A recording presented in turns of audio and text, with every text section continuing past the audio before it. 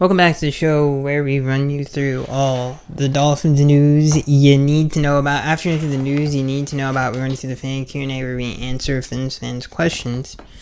Some interesting stuff to talk about on today's show. Still no real movement in the Dalvin Cook thing, which sucks. Hopefully that gets resolved very soon. I think it's just a headache at this point. Looking this up every single day, is there something that's happened? But the running back market is at an all-time low in the history of the league, and it doesn't look like it's moving all that well, which leads us into the first news story. The only update that I have for everybody on Dalvin Cook, and I'm sure people have been keeping up with it, is that the Vikings have a deal on the table as well. Whatever happens with that happens. That's really the only update, is the Vikings do have an offer for him to return to Minnesota. Joe Mixon took a massive pay cut over the weekend for the Cincinnati Bengals to stay a Bengal. The Giants did not give Saquon a deal. Josh Jacobs seems unhappy and reportedly has asked for a trade out of Las Vegas, and he was obviously the rushing champion of the league last year. I think he had 1,600 rushing yards. So that just gives you an idea of how bad the running back market is as of right now. The fact that Saquon Barkley and Josh Jacobs can't get a deal done says a lot about the league, because those are two very talented players who are in the prime of their career and can't get deals. I mean, one of them just won a rushing champ. And then, they got Joe Mixon, who's a very good player, who took a massive pay cut. So you'd be hard-pressed if there's really no other position, actually, that I would say that would happen to. I think if a defensive tackle or any other position was in the position of Josh Jacobs and Saquon Barkley, they would have gotten deals easily done. There really isn't another position like this. So it just makes things more complicated for Dalvin Cook. I would say this is a good thing for the Dolphins in a weird way, that the market is so low. The bad thing is it doesn't seem to be moving anywhere. The Joe Mixon thing doesn't really help anything, in my opinion. I've seen some other people say it does. I just don't think he's not even on the same level as those three players. He didn't have the best year last year. It was one of his worst seasons, so it's not really that comparable. I think it just makes it even worse, and the fact that Dalvin reportedly wants to wait, those reports from Jeff Darlington that he wants to wait for Saquon and Josh to get deals. I don't know. It's definitely a wait and see type of a thing, and we'll see what happens. In other free agency news, this finally got done. DeAndre Hopkins signs with the Tennessee Titans. I just thought I know everybody's already heard this. The best part about this was Matthew Judon calling this fake news. The New England Patriots outside linebacker, who that really made me happy.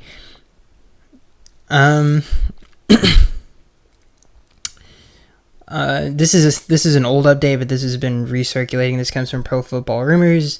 Dolphins defensive tackle Christian Wilkins wants to remain a Dolphin. He said, quote, on a radio interview, "That's where I got drafted. That's where I love. That's where I want to be. I doubt he'll leave. There's so many reasons to keep Christian. The Emmanuel Ogbah thing doesn't seem to be, at least after this season. I mean, they can move cap around, so it's not like their hands are tied. They can still easily keep him. And I have a hard time believing they'd let him go. So I think Christian Wilkins will be a Dolphin for a long time. Speaking of Emmanuel Ogbah, this leads into some of the cap hits. This comes from Pro Football Rumors. The largest 2023 cap hits on defense. The Dolphins have one player on this list, and it's a player you would not expect. This, I think, shows you how young the roster is. I thought for sure it would be Bradley Chubb, if you just asked me, but it's actually Emmanuel Ogbah. Has a $17 million cap hit, and he barely played last year. I know the contract is very easy to move on from, so we'll see what happens this season. I think he's still a very good player. I think a lot of people forget he's even on the team, but this is a guy who can get you 8.5 sacks easy and is a very good run defender. And the fact that he might be, we'll see where everybody lines up. He could play 3-4 end, but the fact that he most likely will come off the bench on third down is pretty crazy. Or they can move him inside to rush the passer, and they just have so much depth on their defensive line. By far the most they've had in many years. This is the most interesting news story that I've seen in a while. This comes from Pro Football Rumors. Skylar Thompson leading Dolphins backup quarterback competition. This came from Adam Beasley, obviously a longtime Dolphins beat writer. He said, quote, Skylar appears to have the early lead in the competition, which is crazy to think about. I mean, they did, obviously, we've just signed Mike White. The thing I will say about Skylar, if you look at his physical ability, and we'll start there, the thing that Mike White struggles with is movement in and outside of the pocket. Watching a lot of Mike White lately, I think that is I think that's the biggest negative of his game. It's honestly, I think, a little bit below average. He doesn't move well in the pocket. He's not a great athlete, and I think that's a huge problem with him. Skylar is the complete and utter opposite. You know, I think that's one of the things he did well last year. He moves in the pocket well. He's a very good athlete where he can make plays off schedule. So that is a huge advantage he has over Mike. Now, the reason Skylar struggled last year is reading the field and seeing the field. He was very, very bad at it. He definitely did not throw in the rhythm or the timing of the offense often at all. He struggled to read defenses on a consistent basis. And in some games last year, he looked frazzled. He looked like, I'm in an NFL game. You know, the Jets game, the Bills game early on especially, in that playoff game, which is understandable. He is a rookie in a playoff game, so I'm not going to hold it. But there were certain times and moments in the game where he just kind of looked, even in the Jets game, where he actually played pretty good football, you know, taking care of the rock, and, you know, not turning the ball over. That was the best thing he did in that game. But the biggest thing with Skylar is, he's a great athlete. He's got a very good arm. He is accurate when he sees it. I don't think accuracy is an issue with him. It's just being able to play the game, read the field, see the field, and just feel comfortable on Sundays, I think, are the biggest negatives of his game. You know, the biggest read, I mean, every time he played, he missed reads, if you go back and look at the film. Even in the Buffalo game, you know, now granted, I will say this about Skylar in that game. A lot of plays were not made by his playmakers. Mike Gesicki dropped a very big pass down the middle. Obviously, Jalen Waddle had a few drops in that game as well. But again, to clear this up, I think it actually doesn't surprise me. And I just hope Skylar can take a leap. Because I would feel more comfortable with his play style being a backup to Tua. You know, being able to move in the pocket. He has a very nice release. He can throw on the run very well, in my opinion. Even though that sometimes that was a little shaky last year, but overall I think Skylar can throw well on the run. And you can just do more with him as a quarterback. He's just much more talented physically than Mike. He just has to learn the NFL game, and hopefully he can take that leap this year. But it doesn't surprise me that he has the lead in the competition so far.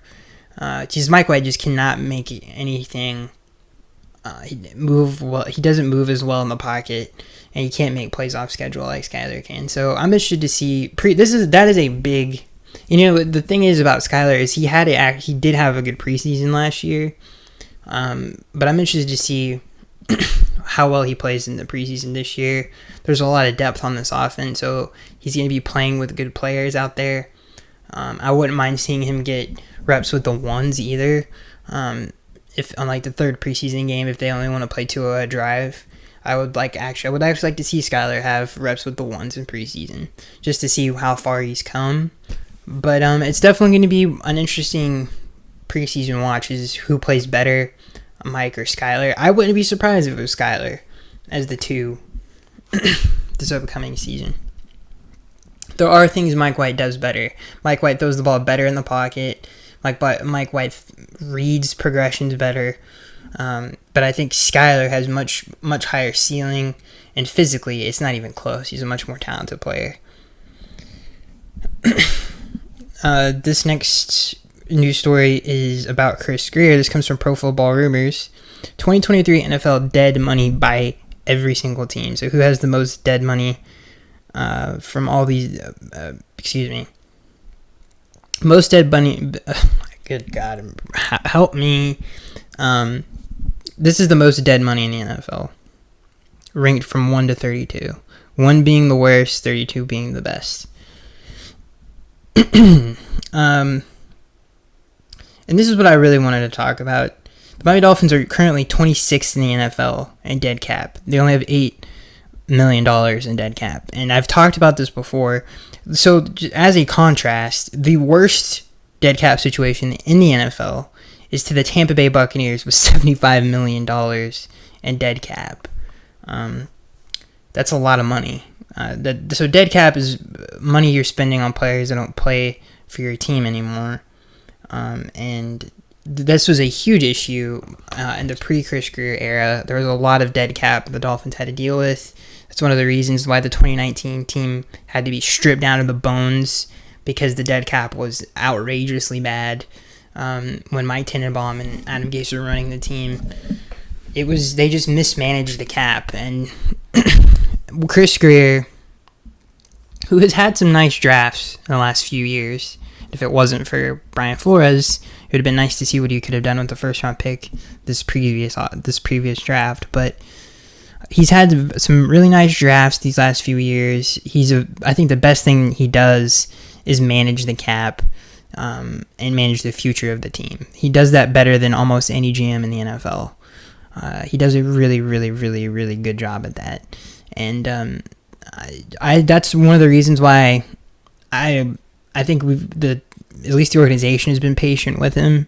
I think he has done a great job of managing talent and managing the cap, and his trade record is really good, which you can't say for a lot of general managers in sports. So, Chris does get a lot of hate, but he does a lot of things really well as a GM, and that's hard to find in the NFL. Most of the GMs in the league aren't very good, and they're recycled a lot. So it's nice if you have a GM that's good at something. I think that's a huge that's a big deal. So I've talked about this before, but Chris actually, I think, has earned the good GM title. Now, how highly he ranks the NFL GM rankings, it's a different conversation. But I think he is a good general manager in the NFL. Even look at the future cap situation for the Dolphins is good. It's actually pretty good. And it's going to be interesting to see how he navigates the rest of this offseason with the running back situation. And whether he'll reach for one or not, we'll see. Maybe Josh Jacobs is on the table. I think it's not rumors, but a lot of NFL fans have put Josh Jacobs. Oh, the Dolphins could be interested because of the interest in Dalvin Cook. So yeah, there's it's going to be interesting. I hope this gets resolved in the near future. I just can't wait for the season to start. Training camp is right around the corner, and preseason's even closer than people realize. So I hope the running back market kind of continues to kind of work itself out. And if the Dolphins don't end up landing Dalvin Cook or even making a trade for Josh Jacobs, there's still Leonard Fournette out there, who I really love. I still think has a lot of game left, a lot of stuff left in the tank, and I think he would be a phenomenal match for the offense and would add an element that they don't have on the team. And having a power back in Miami in September and October is a big deal. I was thinking about, who are the better power backs that we've had in the last 10, 15 years, and really two come to mind and really they didn't really last long, was Jay Ajayi and Noshawn Moreno. I think were the best. And Noshawn Moreno was on pace to have a phenomenal season.